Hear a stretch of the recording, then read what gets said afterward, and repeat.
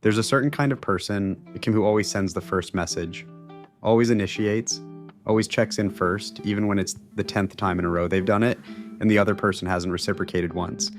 It looks like effort, it looks like confidence even, but underneath it for a lot of people, it's something else entirely. It's fear, wearing the costume of initiative. Texting first feels simple on the surface. You think of someone, you say hi, but for some people, that first message is doing a lot more work than it looks like. It's not just a greeting, it's a test, a way of asking without asking, do you still want me here? The reason this happens usually isn't about the current relationship at all. It's about an old belief formed a long time ago that says, if I don't reach out, no one will reach out to me. If I go quiet, I'll be forgotten. That belief doesn't come from nowhere. It usually comes from somewhere in childhood where being seen wasn't guaranteed. Maybe there was a parent who was busy, distracted, or emotionally unavailable, and the only way to get attention was to ask for it directly. Maybe affection existed, but you had to go get it. It didn't come find you. A kid in that environment learns a quiet lesson early. Connection is something you have to chase. If you stop chasing, it disappears. And that lesson doesn't stay in childhood. It follows you into every relationship you have as an adult, whether it's a friendship, a family member, or someone you're dating. So you become the one who texts first.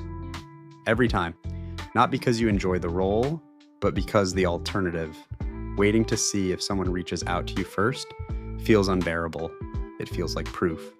And most people who've lived this pattern would rather have the exhausting certainty of always initiating than risk finding out what silence actually means. Here's what it looks like in practice.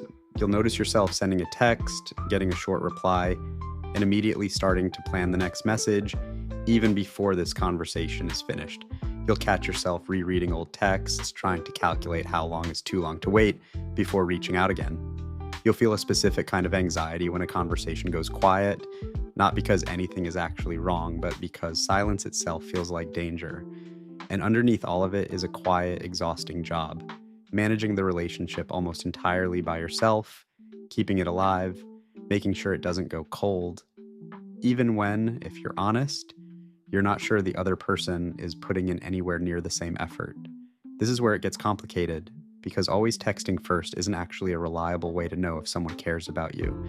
It's a habit that developed to manage your own anxiety, not a measurement of the relationship, which means you can be doing all the initiating, all the effort, all the reaching out, and still have no real idea whether the other person actually wants to be there. You've just made sure you'll never have to find out. That's the real cost of this pattern. Not the effort itself, but what the effort is quietly protecting you from. As long as you're always the one reaching out, you never have to sit with the discomfort of silence. You never have to ask the harder question, what does this person actually do when I stop chasing them? That question is uncomfortable. Most people who always text first avoid it entirely without even realizing that's what they're doing, but it's also the only question that actually tells you the truth. Not the texting patterns you've created to manage your own fear. The truth is in what happens when you stop managing it.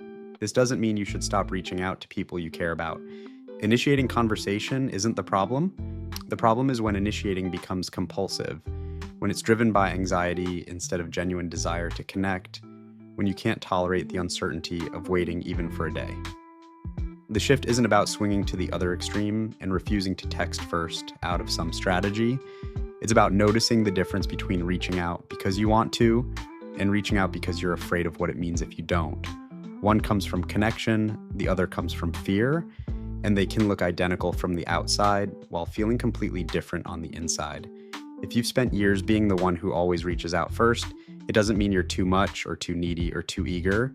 It means somewhere along the way, you learned that silence was dangerous, and you built a habit to make sure you'd never have to feel that danger again. That habit protected you once. It doesn't have to run the relationship now. If you've noticed this pattern in yourself, you're not the only one.